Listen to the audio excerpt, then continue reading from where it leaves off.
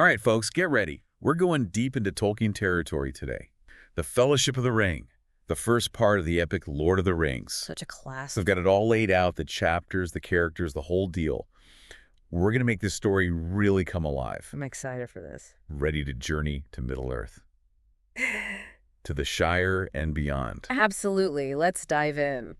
So Fellowship of the Ring, this is like the beginning of everything, right? Yeah, the Fellowship of the Ring really sets the stage. It all starts in the Shire, that peaceful land where the hobbits live. Oh yeah, the Hobbits, Bilbo Baggins talked about him in The Hobbit, right? Yeah.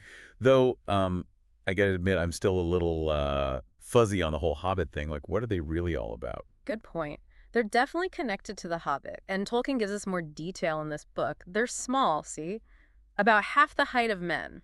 Oh, okay. And they love their simple life, gardening, eating, good food, celebrations. It's pretty nice, actually. Yeah, peaceful. Though Bilbo Baggins, well, he was a bit of an exception, wouldn't you say? Quite the adventurer for a hobbit. He was. And now, in this book, it's his nephew's turn, right? Frodo. Exactly. Bilbo leaves the Shire at the very beginning of the Fellowship of the Ring and leaves everything to Frodo, his whole estate, and that includes this mysterious ring. A ring? At first, it just seems like a simple gold band, nothing special. Hold on a sec. This ring, is this the one ring, the one everyone's always talking about, a Lord of the Rings? Ah, that's the big mystery. See, Gandalf, the wizard who helped Bilbo on his adventures, he comes back to the Shire years later and, well, he figures out the truth. The ring Frodo inherited. It's the One Ring, the source of all Sauron's power. Whoa. So how do they get rid of it? It has to be destroyed. Really? In the fires of Mount Doom, that's the only way to defeat Sauron and save Middle-earth. Wow. That's a pretty heavy responsibility for a hobbit who, like you said, just wants a peaceful life.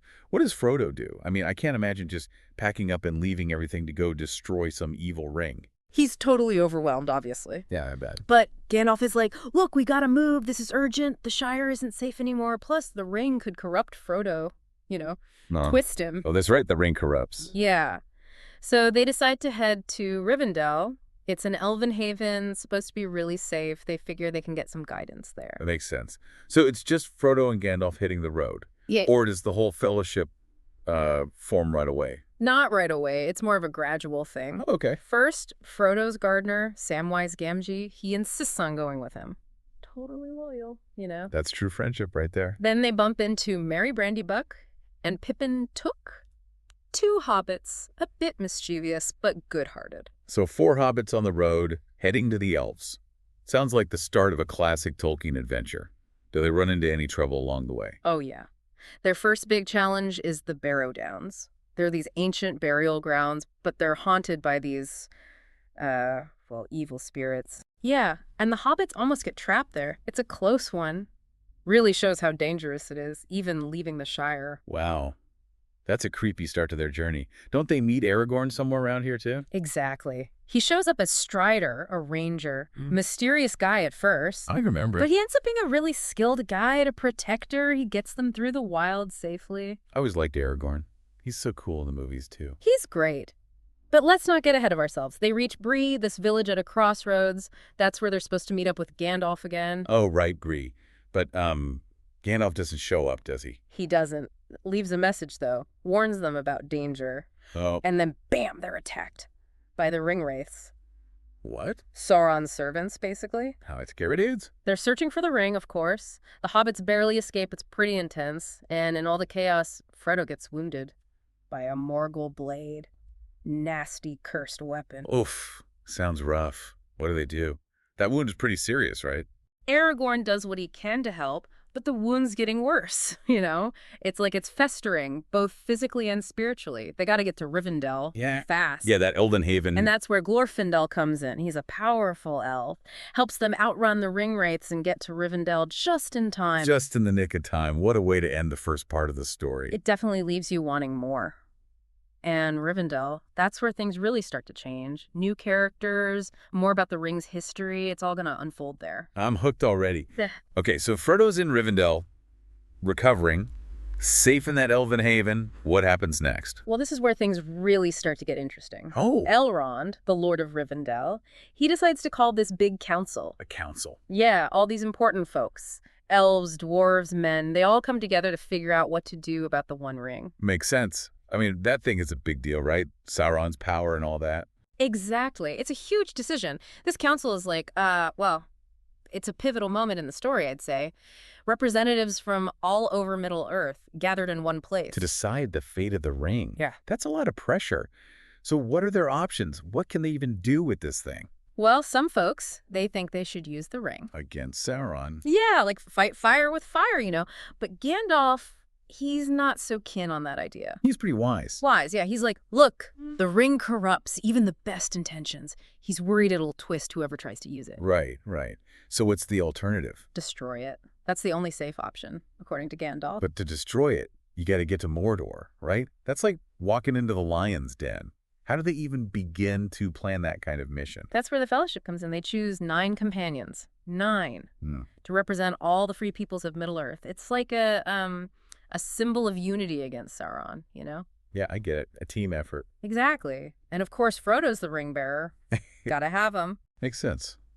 Who else is in this fellowship? Well, his hobbit buddies, of course. Sam, Merry, and Pippin. They wouldn't let him go alone. 4 hobbits, huh? Starting from the Shire, ending up in Mordor.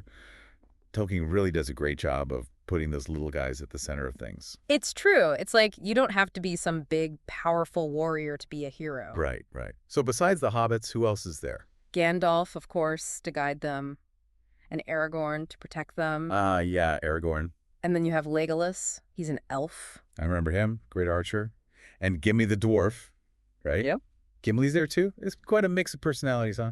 You said it. I bet Legolas and Gimli have some interesting moments together. Elf and a dwarf. Oh, they definitely do. Their whole relationship is a great part of the story. Starts with distrust, but they end up becoming friends. Really adds a lot of heart. Cool, cool. Anyone else? Oh, almost forgot. Boromir. He's a warrior from Gondor, noble guy. He joins the Fellowship too. Okay, so the Fellowship is formed, 9 members strong. They know what they got to do. Destroy the ring. What's the first step? Head straight for Mordor. Well, they try to cross the Misty Mountains, but, yeah, there's a blizzard. Forces them to take a detour. A detour? Through the mines of Moria. It's this ancient dwarven kingdom, but, well, it's not so friendly anymore. Lots of orcs and other nasty creatures lurking around. The mines of Moria. Those scenes in the movie are intense.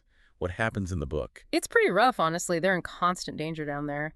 And while they're there, Gandalf, well, he starts telling them more about the ring's history. Turns out it has a connection to the dwarves. Oh, yeah, that's right. Wasn't there some kind of inscription on the ring, too? The one written in, what was it called? Black Speech. Yep. They find it in the mines of Moria. It's pretty creepy, honestly. Just a reminder of how evil this thing is and how connected it is to Sauron. Yikes. No wonder Gandalf was so worried about Frodo. But hold on, didn't things get even worse in Moria? They did. They get attacked by these orcs. Big battle. And then, out of nowhere, this terrifying creature shows up. A Balrog. A what? A Balrog. Demon of fire and shadow. Big, scary, the whole deal. Oh, right, I remember that name. The Balrog. That's got to be one of the most iconic creatures in all of fantasy. It is. It's a huge battle, really epic. Gandalf ends up sacrificing himself to save the others. Whoa. Big loss for the Fellowship. I mean, he was their leader, their guide. Yeah, I remember that part. It's like, you think Gandalf, this powerful wizard, is going to be there the whole time, and then bam, he's gone. Just like that. How do they even cope with that? It's tough, for sure. They're heartbroken, lost without him. Aragorn steps up, though, takes charge, leads them out of Moria. They end up heading towards Lothlorien. Lothlorien? That's Yeah. the Elven realm, right, with Galadriel. The one and only. Feels like every step they take leads them to a completely different world. It's amazing. Tolkien's world is amazing. And Lothlorien, it's the opposite of Moria. Beautiful, peaceful, full of light. Galadriel, she's this powerful elf. She offers them healing, guidance. And, well, she gives them a glimpse into the ring's power, too. A glimpse? Like, what kind of glimpse? She shows Frodo some visions, of what could happen if he uses the ring. Oh, that's right. She tempts him with it, doesn't she? In a way, yeah. Shows him how seductive the power can be. I can't even imagine the pressure Frodo must be under. Yeah. Carrying that thing around, it's like a constant test. It is. It really is. So they leave Lothlorien feeling better physically, but with a whole lot more on their minds, I bet. What's next for them? Well, they travel down the river Anduin, and it's during this time that the ring really starts messing with Boromir. Oh, no. The warrior did, right. Yeah, Boromir, he starts thinking they should use the ring, to save his people, Gondor. He actually tries to take it from Frodo. Whoa, hold on. So even within the Fellowship, there's this conflict. Yeah, the ring gets to everyone, eventually. It really shows how insidious that thing is. How does Frodo react? He's devastated, of course. I mean, Boromir's supposed to be his friend, but he realizes that the ring is putting everyone in danger. So he decides to, he makes a big decision. He's going to continue to Mordor alone. Alone. Only Sam goes with him. Wow. That's a huge moment. The Fellowship's broken. What happens to the others? That's another story for another time. The Fellowship of the Ring ends with Frodo and Sam slipping away, headed into the unknown on their own. The others, well, they scatter, each facing their own challenges. Man, so much has happened already. The Shire, Moria, the Council of Elrond, the Fellowship forming and then breaking apart. It's incredible how much Tolkien fits into this one book. And we're just getting started. Frodo and Sam's journey to Mordor, that's where things get really intense. I can't wait to hear about it. So Frodo and Sam, they're on their own now, headed for Mordor, just the two of them. Wow. What's it like for them? I mean, this is the really dangerous part, right? Yeah. Oh, yeah. This part of the book really drives home how dangerous Mordor is.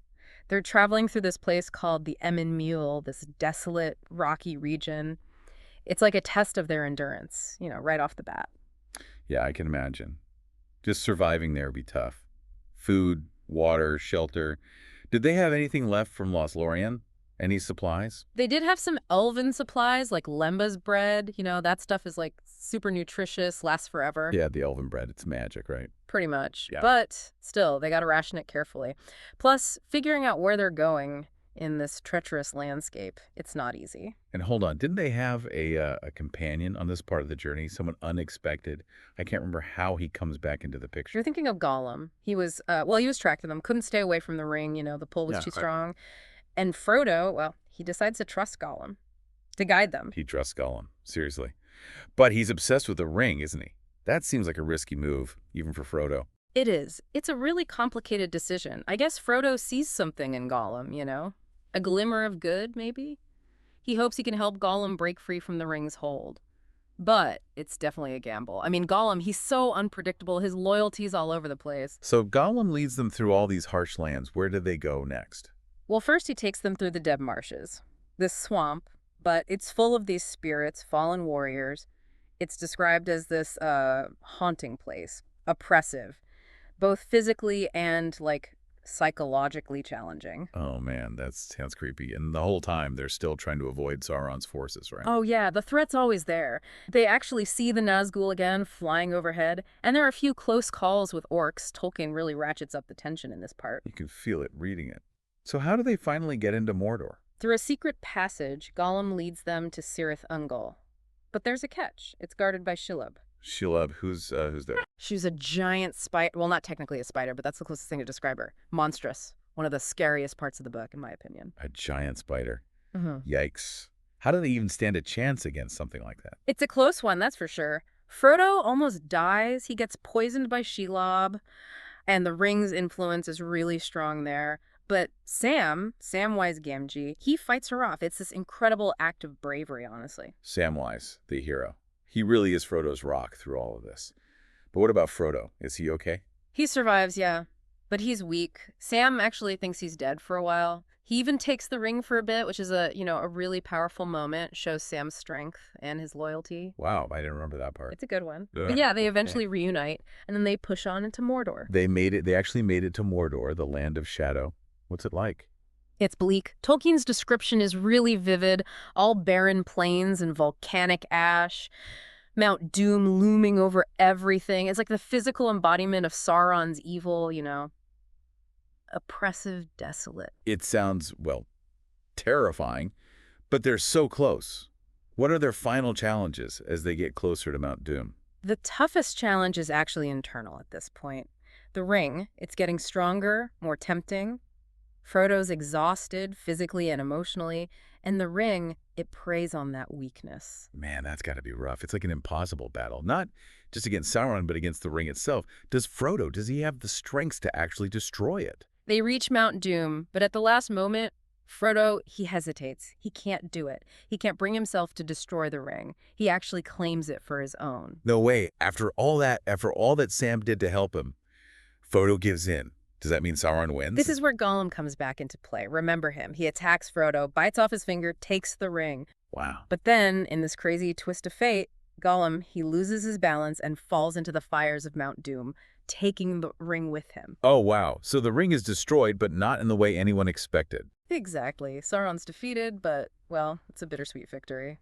Frodo's, well, he's forever changed by the experience. Yeah, I bet. What happens to Frodo in the end? He goes back to the Shire, but he can't find peace there. It's like a part of him is still in Mordor, haunted. Eventually, he sails west, leaves Middle-earth. He goes to the Undying Lands with Bilbo and Gandalf, looking for healing, I guess. Peace. That's a pretty powerful ending. Even in victory, there's this lasting pain. Tolkien really captures that, the cost of heroism. We've come a long way, haven't we? From the Shire all the way to Mordor and back again. What a journey. The Fellowship of the Ring is just the beginning, too. There's so much more to explore in Tolkien's world. That's true. Well, to all our listeners, we hope you enjoy this deep dive into the Fellowship of the Ring as much as we did. Until next time, keep reading.